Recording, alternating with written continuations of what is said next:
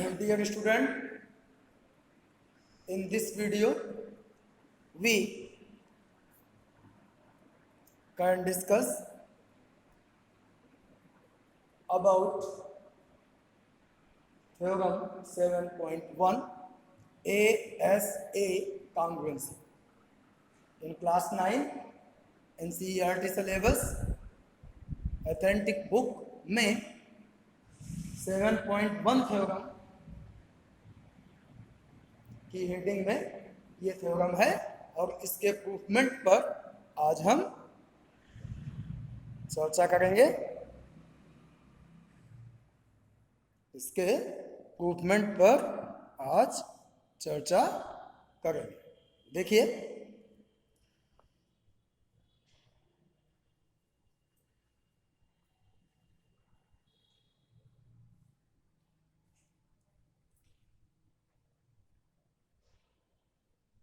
Theorem 7.1 ASA congruency। Statement board पर लिखा नहीं है, स्पेस कम रहता है। जो ये हेडिंग है यहीं से इसका स्टेटमेंट क्लियर हो जाएगा। ASA, if two angles of a triangle and included side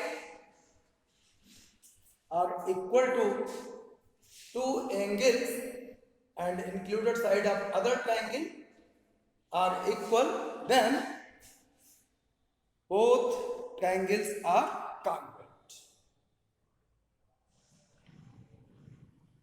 Given in triangle ABC and triangle DEF, ABC and DEF, two angles, angle ABC, this angle is equal to DEF, BC is equal to EF, and angle ACB, this angle is equal to this. So two angles of a triangle and included side is equal to two angles and included side of other triangle, then these triangles are congruent. To prove that triangle ABC congruent triangle DEF, तो देखते हैं बेटा, इसमें क्योंकि ऑब्जियम क्या SAS, अगर दो triangles में दो साइड्स और इंक्लूडेड एंगल, दो साइड्स और उनके बीच का एंगल अगर बराबर होता है तो ट्रायंगल कॉन्ग्रुएंट हो जाते हैं। यहां में प्रूफ करना है कि यहाँ के दो एंगल और एक साइड पर इक्वल दी हुई है, तो यदि इफ बी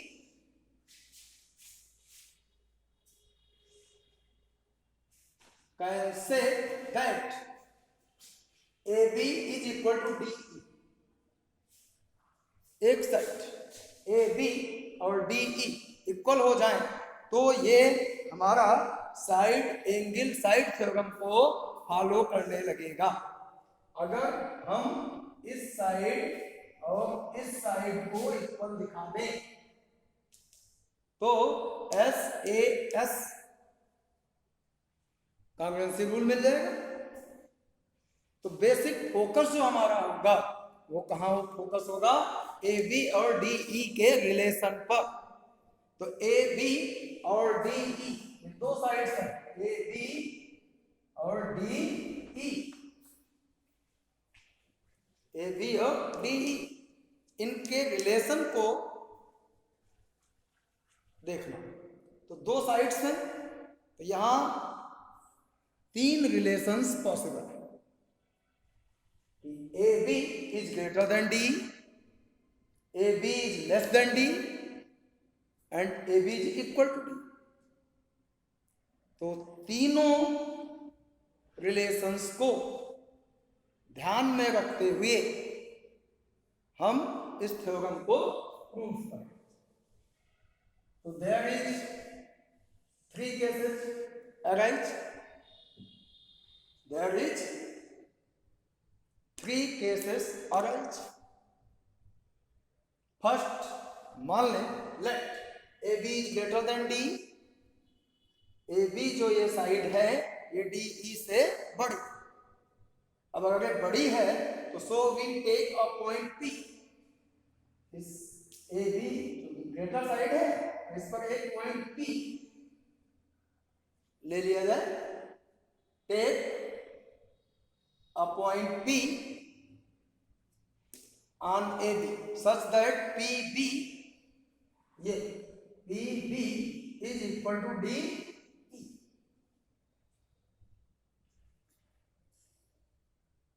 और इसको ज्वाइन कर दिया जाए तो now in triangle A B, in triangle P B C, A B C नहीं या P B C, in triangle P B C and triangle D E F, P B is equal to D, P B is equal to D E by construction, P B is equal to D by construction, angle P B C, this angle is equal to this given and BC is equal to EF given. So by SS congruency triangle PPC, ये triangle और ये triangle congruent हो गए, PBC congruent triangle DEF।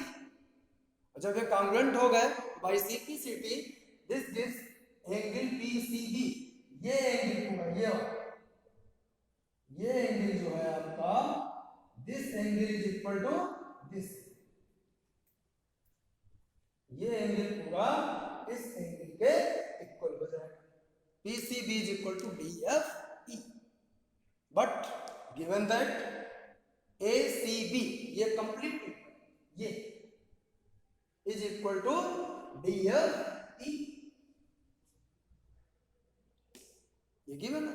तो so clear कर देखिए कि D F E, D F E P C B के इक्वल है, D F E A C B के इक्वल है। तो so clear that A C B is equal to P C B, A C B ये complete angle और ये इतना angle आपस में इक्वल हो गए, A C B is equal to P C B. But देखिए क्या ये पॉसिबल है ना? देखिए ये आपका ए सी बी है और ये आपका पी सी बी है, ये और ये एंगल इक्वल है, ये तो कह रहा है। लेकिन ये कंडीशन क्या पॉसिबल है? नहीं। ये कंडीशन पॉसिबल कब है? जब ये P यहां से उठे और यहां A पे पहुंच जाए। But this is possible only if point P coincide with point A। अगर पॉइंट P और पॉइंट A सेम पॉइंट हो जाए तभी ये कंडीशन पॉसिबल है, अदरवाइज ये कंडीशन पॉसिबल नहीं है। इसका मतलब P और A both points are equal, है ना? तो thus we can say तो P और A इक्वल है तो मीन्स पी बी और ए बी सेम है, P पॉइंट A पॉइंट के इक्वल है तो पी बी और ए बी इक्वल है, और पी बी डी ई के इक्वल था, दैट मीन्स ए बी और डी ई इक्वल है।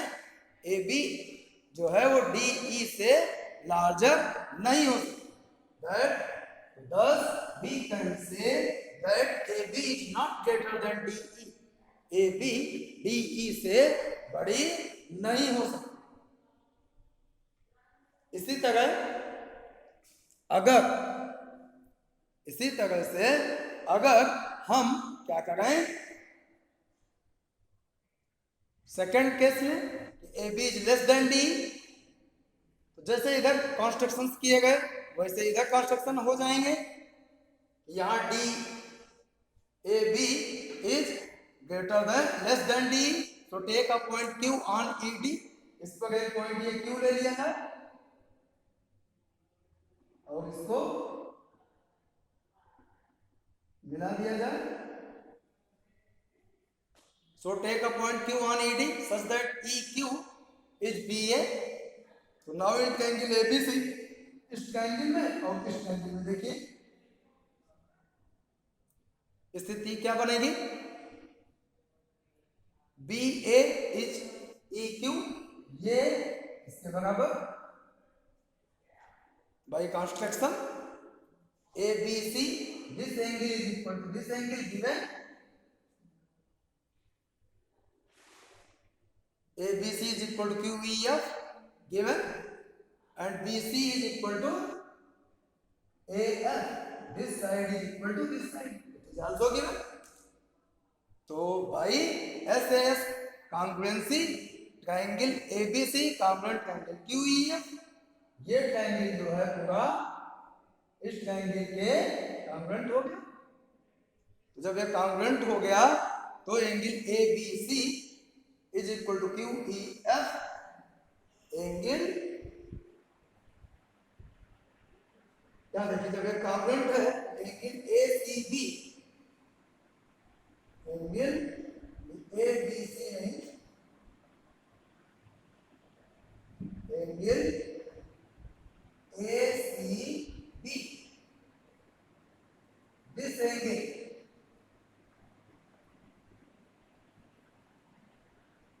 is equal to this QFE. QFE. Yeah, QFE.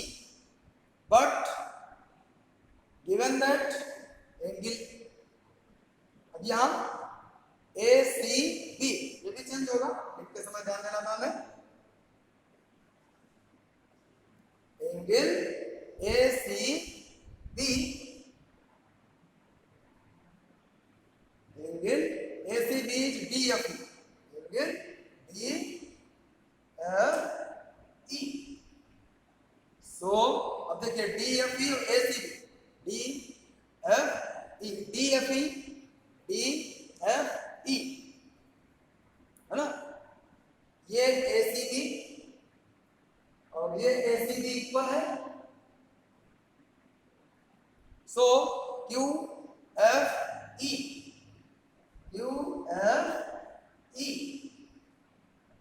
is equal to QFE is equal to DFE. QFE is equal to angle DFE.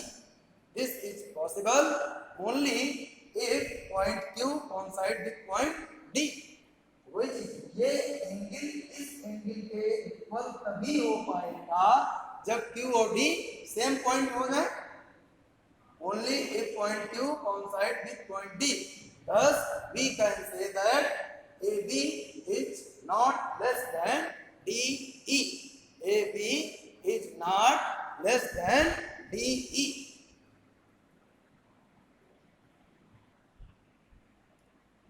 Now case third. तो first और second case पर अगर आप ध्यान दें,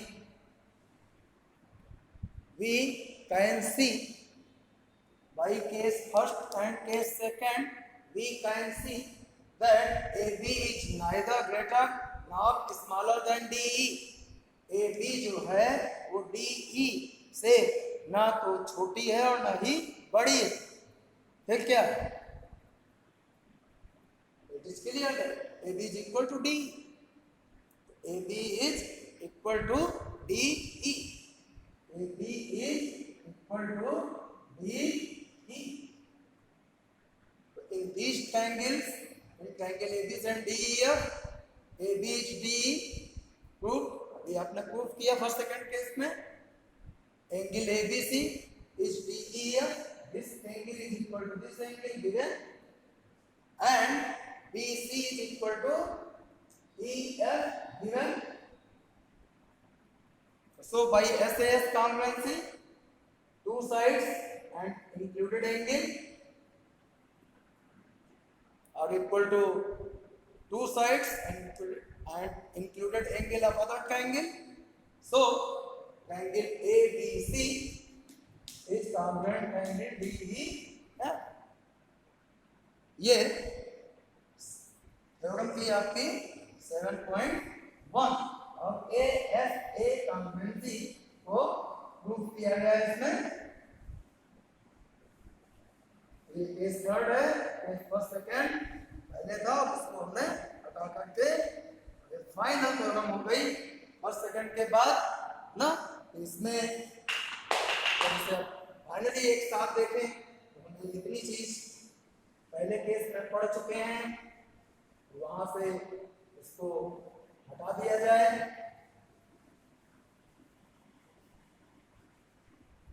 ये अब आपके पास केवल केस थर्ड यहाँ बोर्ड पर शो हो रहा है, बाकी चीज हट चुकी है।